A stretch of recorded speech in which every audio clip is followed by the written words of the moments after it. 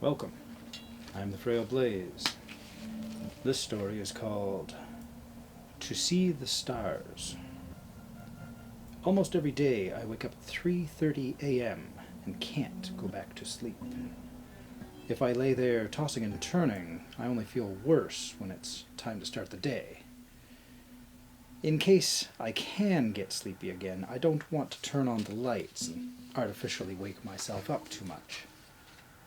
Instead of tossing and turning or watching TV or looking at my phone, I choose to stay in the dark, go outside, and look at the stars. There's a huge open field behind my house, and the woods are off in the distance. The field is utterly flat and well mowed. Off in the distance, the glow of the nearby town is just enough to see anything moving in the field on moonless nights. Sometimes I'll go and lay in the field and just look up at the stars, imagining that I'm floating in space, surrounded by their pinpricks of light. If I could choose a way to die, that would be it.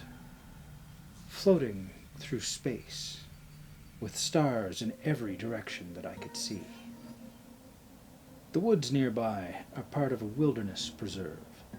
They've been left exactly the way that they were since before this area was settled. More or less. Some kids play back there, but some of the trees are hundreds of years old. Deer will come out from the edge of the woods from time to time to graze in the field at sunup or sundown. It really is a beautiful place to live and raise a family. Last night, when I got up at 3:30 a.m. and went outside to lay in the field, I thought I saw something large and low to the ground move out of the woods and into the field as I was coming out of my backyard. The edge of the woods are a couple of 100 yards away, and it seemed too big and too low to be a deer. I twisted my head and strained my eyes to look after I'd noticed something in my peripheral vision, but I couldn't see anything. It was an overcast night, and there were no stars. The glow from the town even seemed dimmer than usual. I froze, trying to listen for, or to see if anything was there. I didn't hear anything or see any more movement. I started to wonder if my sleep-addled brain had just imagined seeing something, but whatever I had seen, or not seen, it unsettled me in its shape and the way that it moved. Straining to listen, I had noticed my heart beating rapidly. For the first time, I could hear it. It was so quiet. I had thought to myself that my sudden anxiety was ridiculous and chastised myself in the head for being afraid. My brain was just so tired. Maybe if I went in and went back to bed, I could go to sleep. There are no stars tonight anyway, I thought to myself. Turning to go in, I caught the shape in my peripheral again, seemingly motionless. But it was too late. I had my back to it. I thought I felt my heart stop. I was afraid for it to beat because I thought it would be too loud. The large, low, dark shape was still at the edge of the woods when I noticed it again. Maybe it hadn't noticed me, and if I was quiet, I could make it inside. I started to go in, stepping quietly. But as I moved and heard my own footsteps rustling the grass, I faintly seemed to hear grass rustling in the distance as well. Stopping to focus, I listened and heard nothing. I wanted to turn my head and look behind me, but I couldn't bring myself to do it. I took another tentative step. Rustling again in the distance behind me. I felt so ridiculous. Obviously, there was some animal as afraid of me as I was of it. It was moving tentatively and cautiously in the exact same way I was, afraid to attract too much attention. I resolved myself to just confidently stride inside and go check for tracks in the morning. That would help me identify the creature and alleviate my fears going forward. This time, without being careful, I just started walking back into my backyard. Behind me, the rustling. I pick up the pace. The rustling became faster and I could tell it was getting closer. Fuck. Time to run. I sprinted to my back door and heard the sound of something large picking up the pace behind me. God, what if it's one of those black mountain lions I hear people say they've seen, chasing me? The thought of sharp claws tearing the flesh off my back, hot teeth biting into the back of my neck overwhelmed me, and pure fear kicks in. I made it to my door in full fear that death was behind me, ready to catch me the minute I slowed down. Shaking in fear and certain of my imminent demise, I struggled with the door. I got it open and turned around to slam it closed, only to catch the closest glimpse of the creature in my peripheral I'd seen so far. It was black, completely black. I didn't see teeth or eyes or anything but a low and huge black mass. I was moving too fast to see it head on, but what I did see looked wrong. I locked the door and backed away. Something bumped the door. I wasn't crazy. I was seeing something and hearing something. The door moved.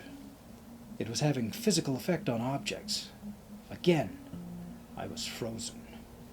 I wanted to go into my room and hide in my bed, but I was afraid to turn my back on this creature again. Fuck. What was it?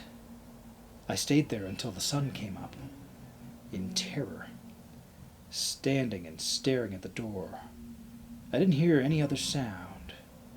After seeing the light beginning to come through the windows, I got brave enough to peek out into the back porch to see if the creature was still there. I didn't want to see it, but if I could at least get a glimpse of black, I could stop at that. I saw nothing. I looked out over the field towards the woods. Nothing. The sun was coming up, and it was a beautiful day. Whatever it was has gone.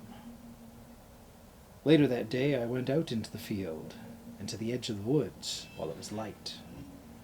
I checked everywhere along the edge of the woods and walked back to my house looking for tracks. The only tracks I saw were deer tracks. There was no sign of anything near my house. I think I might get a dog. I don't know what I'm going to do when I wake up at 3:30 in the morning, but I'll keep you updated if anything happens again. I really don't want to go to sleep tonight, and as much as I love those stars, I don't think I'll ever go out into that field and lay down to look up at them ever again.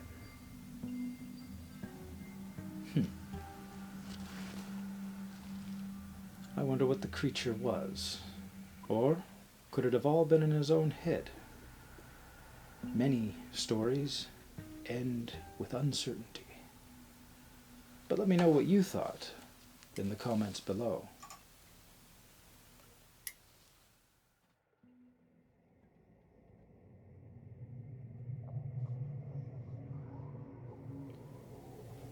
Welcome.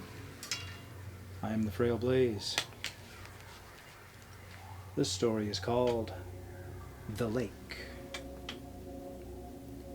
Red. Red. Everything is red. Why is it all red? Eliza's mind raced as she tried to process what surrounded her. The young girl was overwhelmed by the screams echoing from all directions. She was afraid. Eliza didn't know how she got here or where she was. It looked like her hometown, Peterborough, but everything was red. The lake was filled with blood. The trees, bare and lifeless, crows perched upon them. Eliza sat in a small wooden dinghy gently bobbing in the lake, hands pressed hard over her ears and her eyes shut tight. "Take me home. Please take me home," she chanted. A cold air began to surround her as she felt 5 bony fingers slowly wrap over her shoulder. Her eyes shot open as she swung her head around to see the looming figure emerge from the red lake. She gazed up at it in horror as its grip tightened. It wore a black cloak with a hood engulfing the face in shadow. "Am I dead?" she muttered. Its gnarled spine protruded out as it arched down, revealing its face. A skull, a ram or a goat.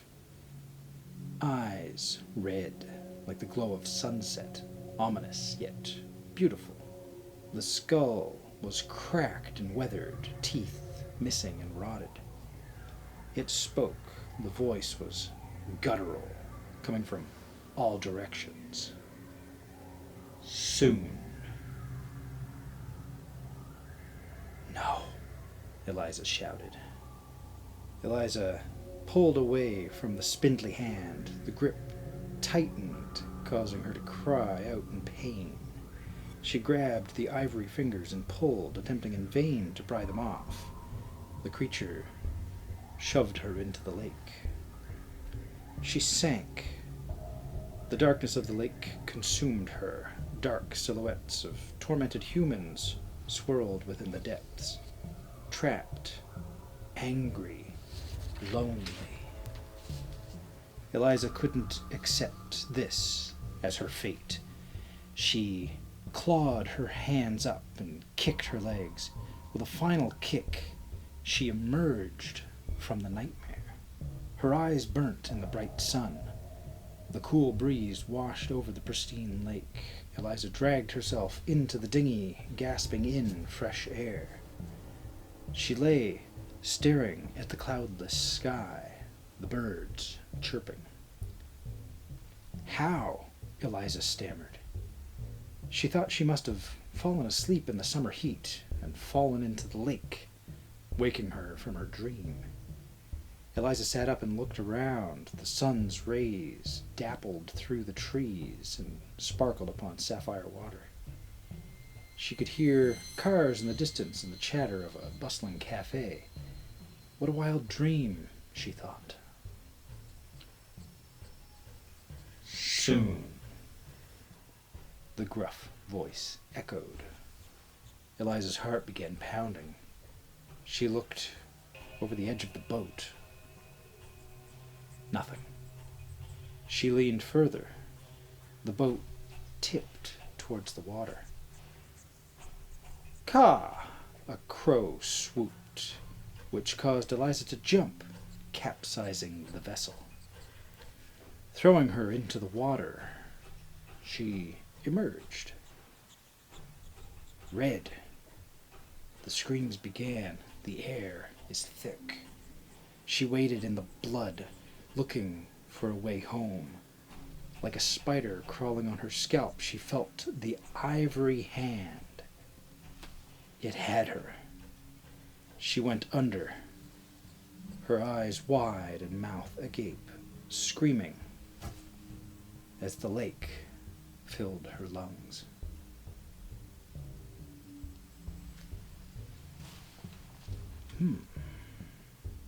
One of those short, certainly not sweet tales. Well, she was warned, I suppose. But what did you think of this story, and did she have any chance of escape? Let me know what you think in the comments beneath. And I do hope you'll join me in the future for more Frail Blaze tales.